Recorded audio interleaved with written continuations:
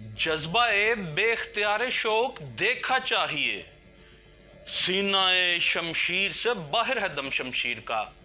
और जो भी आलाते हरब हो या ताकत के आलात हों, वो तलवार हो, तमंचा हो, बंदूक हो, खंजर हो, जब उसकी धार, उसका दम उसके सीने से बाहर होता है तो बहुत नुकसानात होते हैं।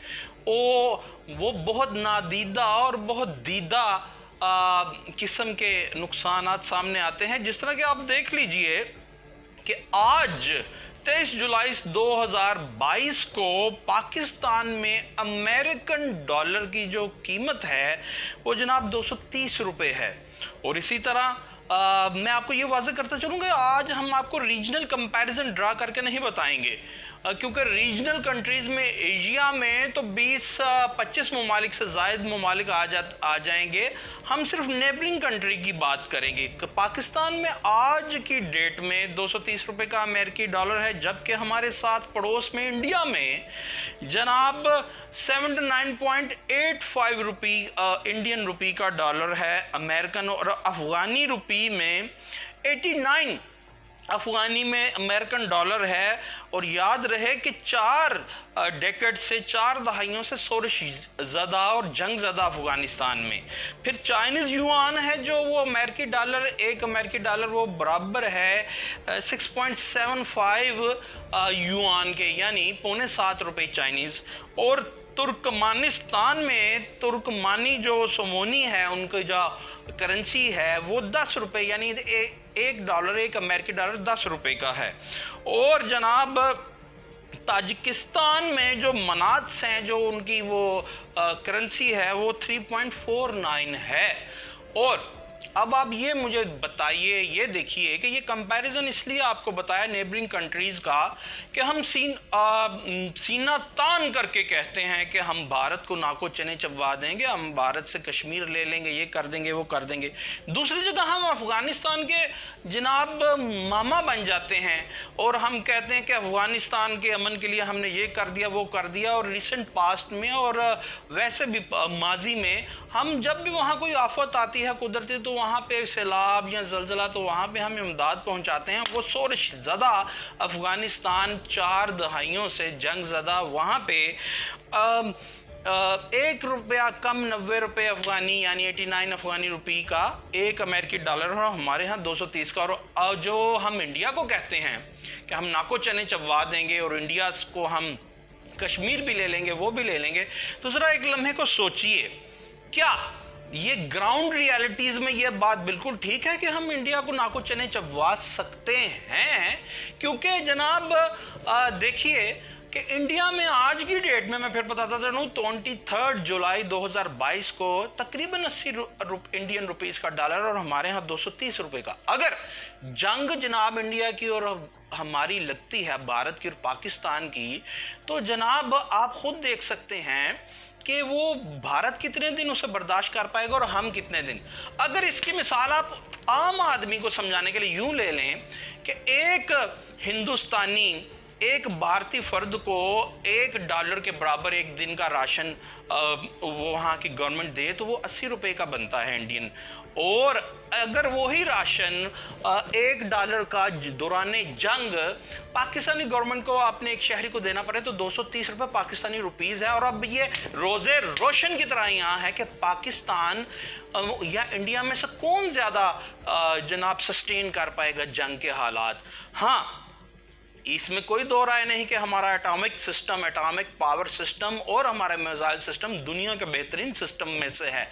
उसकी एक मिसाल ये भी है कि 2014 में मैं जनरल रिटायर्ड गुलाम मुस्तफा साहब के रहायशगाह पे एक इनफॉर्मल मीटिंग में उनके साथ दू बदू 1-on-1 बैठा था। तो मैंने उनसे पूछा, जनरल साहब ज़रा बताइए कि क्या वाकई हमारा मिसाइल, हमारा एयर डिफेंस सिस्टम और दूसरा हमारा जो एटॉमिक सिस्टम है वो इंडिया से बहुत ज़्यादा मतलब सक्सेसफुल है और ज़्यादा लेटेस्ट है?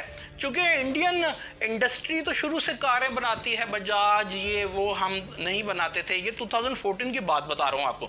तो जनरल रिटायर्ड गुलाम मुस्तफा साहब ने कहा कि जनाब वहाँ 1 अरब से ज़ायद की आबादी और हम सिर्फ 22-21 करोड़ हैं। वो लोग तो आकर के हमें एक एक थप्पड़ रसीद करें तो पाकिस्तानियों की कीमा बन जाए।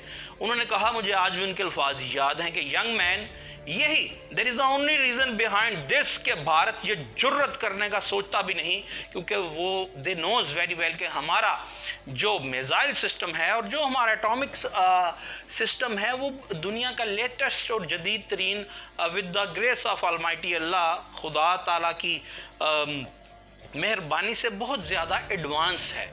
कोई शक नहीं हमारा मिसाइल सिस्टम एडवांस है, मगर 2 लम्हे को सोचिए कि आज ये जिम्मेदार कौन है कि वहाँ 80 रुपये का अमेरिकी डॉलर है इंडिया में और यहाँ 230 का, और अगर जंग लगती है तो जनाब हम भारतीय शहरी 80 रुपये का राशन खरीदेगा, वही राशन हमारे शहरी को 230 का मिलेगा। तो क्या हम कितने दिन बर्दाश्त कर पाएंगे? अगर भारत 17 दिन बर्दाश्त कर पाएगा या 1 महीना 17 दिन, तो क्या हम कर पाएंगे? हमारे पास तो अपनी आवाम को खिलाने के लिए, मुल्क को चलाने के लिए पैसे नहीं होंगे, तो क्या हमारा एडवांस और वो बड़ा लेटेस्ट और जदीद जो एटॉमिक सिस्टम है या मिसाइल सिस्टम वो पाकिस्तान को बचा पाएगा? और अब सोचना ये है कि इस नहज पे हालात को इमरान ने, जरदारी ने, नवाज ने, शहबाज ने किससे पहुंचाया है? वो स्टेक होल्डर सोचें जो आज ये कह रहे हैं, ज़राए के मुताबिक ये जो खबर गर्दिश कर रही है आज दोपहर से कि जनाब मिलिट्री इस्टेब्लिशमेंट ने ये फैसला किया है कि जनाब अक्टूबर में एक बैठक कराई जाएगी तमाम पॉलिटिकल स्टेक होल्डर्स की, कि जनाब नवंबर में एक जनरल इलेक्शन की तरफ जाया जाए नवंबर में।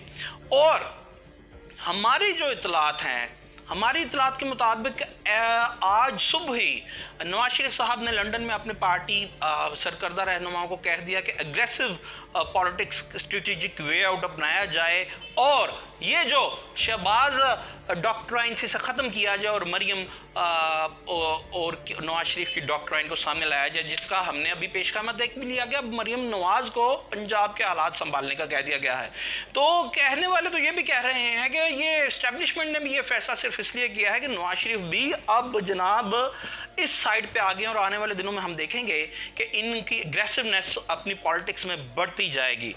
अब सवाल मैं फिर यही करता हूं कि अब मैं सिर्फ ये बता दें वो स्टेक होल्डर कि बहुत देर की मेहरबान आते आते जिन्होंने ये सोचा है कि अक्टूबर में अब हम ये करेंगे कि जनाब ये अब आप शायद अक्टूबर का भी इंतज़ार ना करें, हमें सिर्फ ये बताएं कि इन हालात में पहुंचाया किसने है, जरदारी ने, नवाज ने, शहबाज ने कि इमरान ने, कि अगर जंग छिड़ती है भारत से तो वहाँ के शहरी को मैं मिसाल दे रहा हूँ, 1 अमेरिकी डॉलर का अगर राशन मिले एक दिन के वास्ते अपने अहलो याल के वास्ते तो 80 रुपये का मिलेगा भारतीय, और हमें वही राशन 230 का मिलेगा। तो हम किस तरह इसे कंटिन्यू कर पाएंगे?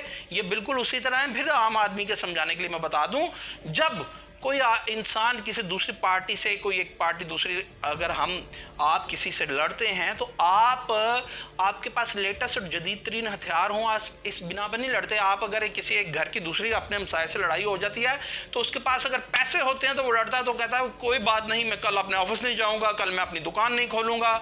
अगर वो बिजनेसमैन है, मैं अपने ऑफिस नहीं जाऊँगा, मेरे पास तो पैसे हैं, मैं थाना कचहरी सब कुछ अपने बच्चों को इधर अगर कमाने ना भी जाऊं तो बिठा के खिला सकता हूं। और अगर आपके पास ये पैसे ही ना हो, फाइनेंस ही ना हो, तो आप किसी भी जंग में, भले वो मोहल्ले के एक घर की दूसरे से हो या किसी भी एक मुल्क की दूसरे मुल्क से हो, नहीं जीत सकते। आज वो होराइजन्स नए खुल रहे हैं, दुनिया बदल गई, न्यू वर्ल्ड ऑर्डर वो भी पुराना हो गया।